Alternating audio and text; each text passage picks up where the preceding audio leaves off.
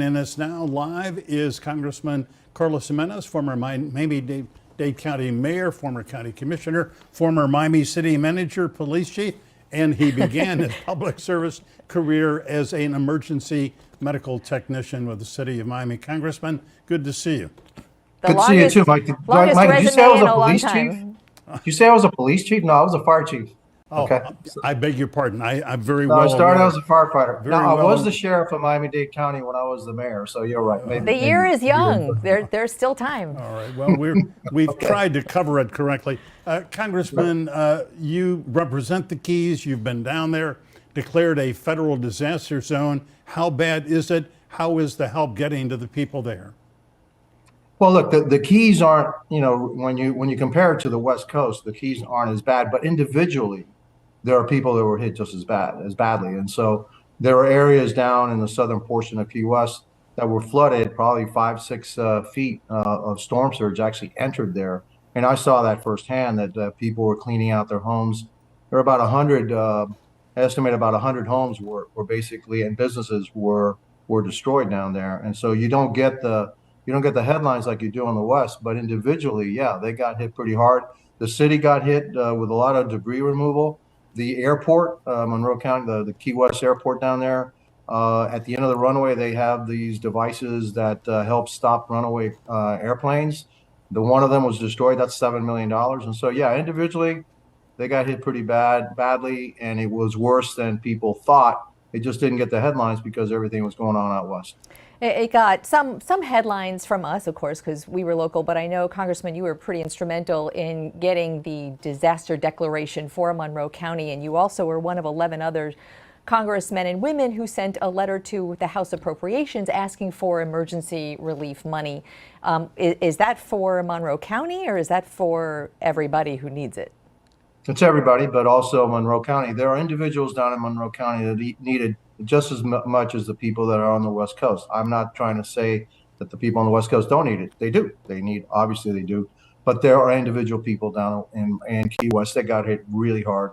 And unfortunately, some of those areas that got hit in Key West were in the poor neighborhoods.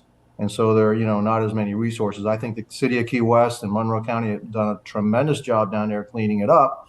But those folks are going to need some help. And that's my job as a congressman to see that they get it. Yeah. Congressman, let's talk about what happened on the west coast of Florida. You have seen that firsthand.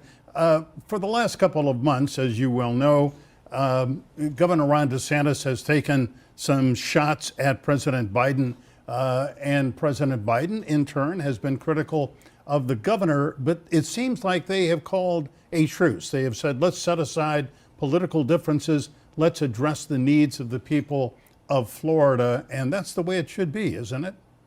Absolutely, and I'm very glad that the president came down and saw it firsthand. I'm very glad that Governor DeSantis and the president were able to work hand in hand. The hurricanes don't know the difference between a Democrat, a Republican, or an independent. They don't care. What I saw, I flew over the West Coast with my wife Lourdes Saturday after the storm, and I can tell you, Michael, we did the same flight. Lourdes and I did the same flight after Hurricane Andrew. Yeah. When I was the fire chief of the city, and I haven't seen devastation like that, since Andrew. Now, I'm not saying it was worse than Andrew, but I haven't seen devastation like that since Andrew.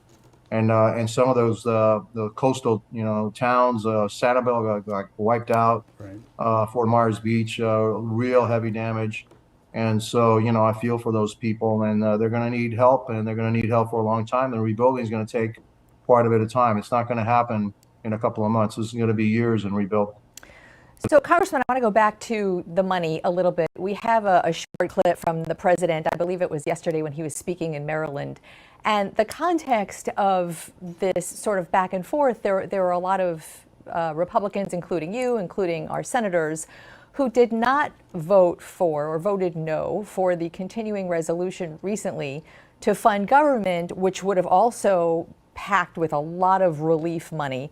And the prevailing reasons for the Republicans' no votes is because there were things in there that had nothing to do with what the bill was supposed to be for. So be that. I want to play a little bit of what the president had to say about no votes by Republicans who then come back and love spending the money that they're getting for the federal government, essentially. My words, not his, but take a listen. Republicans call Biden infrastructure program socialism, and then they ask for the money. I go down the list, look it up. Socialism. I didn't know there were that many socialist Republicans.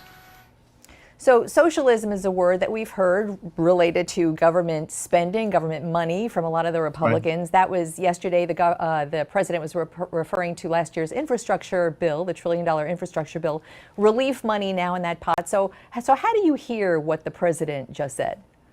Yeah, it's demagoguery. And so, look, we did not support this massive spending by the federal government, $4 trillion additional. We have $31 trillion of debt that are going to be given to our children and our grandchildren. I'm against that. We told them from the get-go, you keep spending this money, we're going to have record high inflation. Well, we got 40-year high inflation. His policies on energy are driving the price of energy way up. He has to go grovel and ask the Venezuelan dictator to please pump more oil, and then go to Saudi Arabia, please pump more oil. Iran, hey, how about producing more oil? Well, hey, man, we can do it right here in America. Now, I voted against that continuing resolution. Let me tell you why. There's $14 billion of money there for emergency relief. That's $14 billion that I had already voted for before in the budget. They just wanted to have access to it now with no oversight. Oh, okay. Because we have such a limited amount of time, I understood, stipulated. The question is more about then you and the others thanking everyone for the money, taking credit for the projects that it's producing, and in the case of hurricane relief, going and asking for more, having already voted no. I guess that's the question is I'll be happy to answer that. I'll tell you what, because I voted no not to spend it, but if you're going to spend it, if it's going to be spent, you know what? Everybody's going to pay for it. So the people of Florida should get their fair share of what everybody's going to pay for.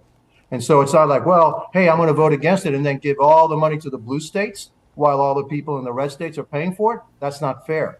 And that's it's kind of dumb also. Yeah. So I'm not going to do that. Yeah, if you passed it and you're going to spend it, then our folks need to get their fair share. Yeah.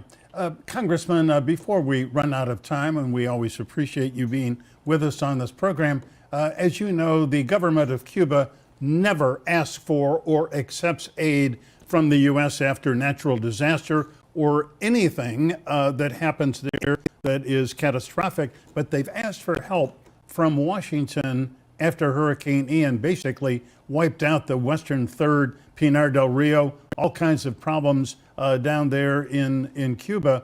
Should the United States give Cuba help to recover? I mean, humanitarian aid, look, the Cuban people, obviously I was born in Cuba, and so I feel for the Cuban people, but anything that helps the regime, no, I'm against. So if it's just money, no. But if you want our expertise, if you want us to, help the folks down in Cuba, then I think that's something from a humanitarian perspective that I would certainly be in favor of. But if they're just asking us to give them, money, no way, because I don't trust the Cuban government to do anything. Look, from what I understand, the hurricane hit the western portion of Cuba and basically blacked out the entire island. Right. That means that their infrastructure is in tatters, and that was before the hurricane. That's the incompetence of this regime. We need regime change. But yes, if it's humanitarian, food, etc., absolutely. But if you want money, no, I don't think we should be giving them.